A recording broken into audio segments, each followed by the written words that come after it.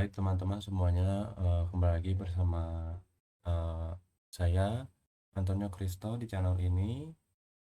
Eh, Sekarang teman-teman saya akan menjelaskan tentang perhitungan plat dengan metode amplop teman-teman. Nah di sini untuk ada contohnya ya, teman-teman di sini. Di sini itu ada lantai dua lantai. Nah ini visualisasi perencanaan strukturnya. Nah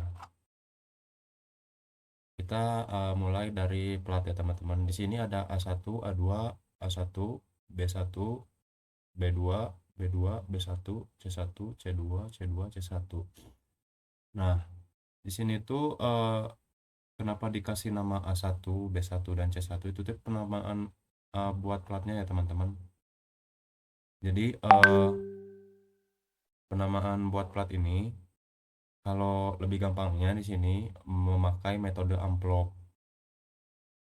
Nah, belum ke metode amplop di sini tuh ada perhitungannya tentang plat atap teman-teman, di mana FC-nya di sini tuh 25 MPa, FV-nya 14 MPa, B1-nya 0,85, beta satunya di sini ada tegangan lenturnya 0,8, ada tulangan 8 mm, lebar platnya.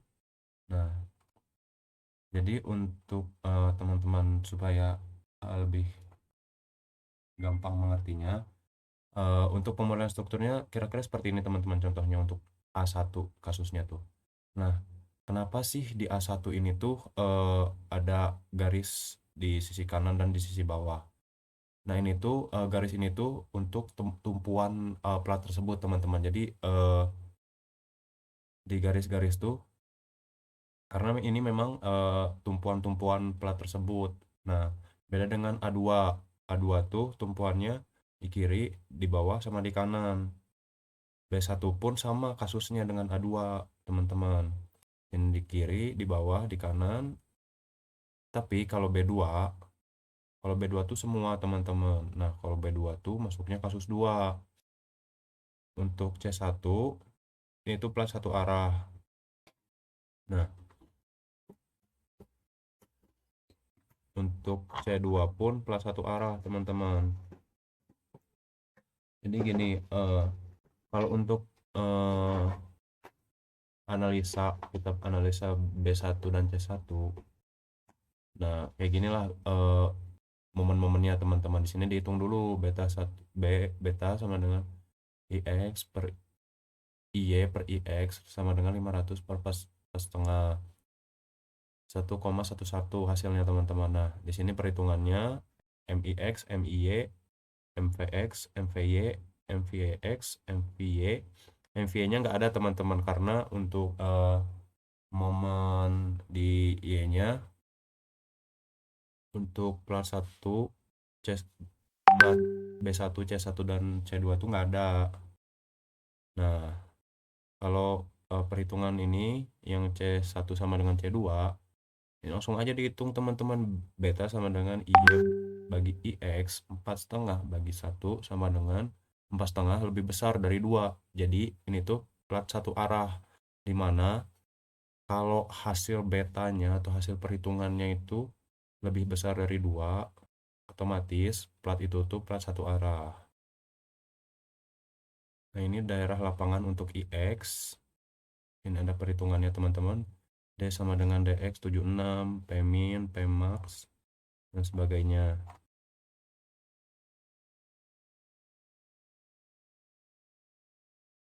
Sekarang mungkin kita lanjut aja ke untuk di Excel-nya. Nah, di sini ada Excel tentang desain plat. Nah, di sini ada contoh gambar eh, gedung C di sini teman-teman, contohnya di mana di sini tuh lantai 1, lantai 2, lantai 3, dan ini rangka untuk atapnya. Nah, di sini tuh ada dasar-dasar perencanaan untuk hitungan-hitungannya. Nah, di sinilah teman-teman tadi A1, A2 dan seterusnya beserta Nah, di sini teman-teman ada gambarnya ini lebih jelas untuk A1 dan seterusnya. Ini tuh plat-platnya teman-teman. Di sini tuh bisa lihat untuk di kasus-kasus eh, untuk ini di kasus 6B teman-teman. Untuk sorry untuk di kasus 6A kita bisa lihat di sini A2. Nah, untuk A2 di sini tuh kenapa kasus 6? Karena seperti yang sudah saya tunjukkan sebelumnya di Word teman-teman. Karena tumpuannya tuh hanya ada di sisi kanan atau kiri dan juga sisi atas atau kiri, jadi cuma dua sisi. Makanya A2 itu masuk ke kasus 6A. Sedangkan kalau kasus 6B di sini teman-teman, sorry, kalau kasus 4B di sini ada B1.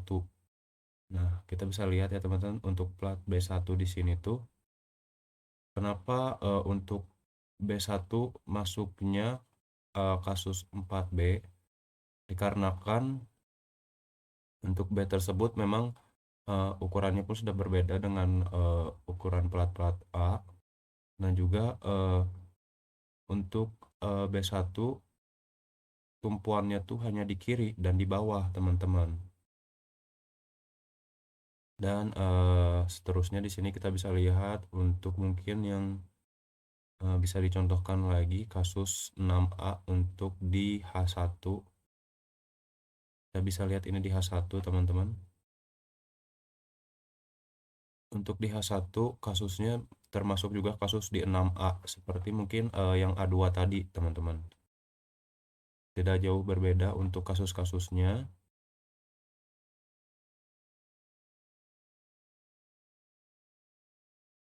Nah, di sini juga teman-teman bisa melihat juga.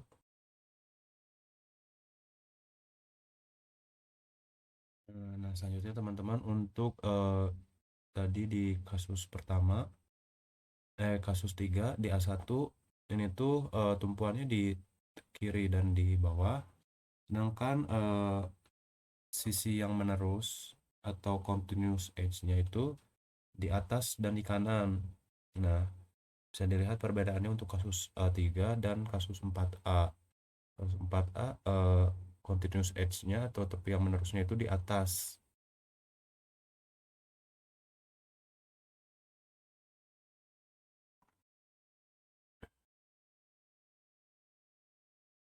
Mungkin sekian saja penjelasan tentang desain plat atau tentang plat melalui metode amplop dari saya. Sebelumnya mohon maaf jika ada kesalahan karena di sini memang kita belajar dan bertumbuh bersama. Sekian dari saya, terima kasih.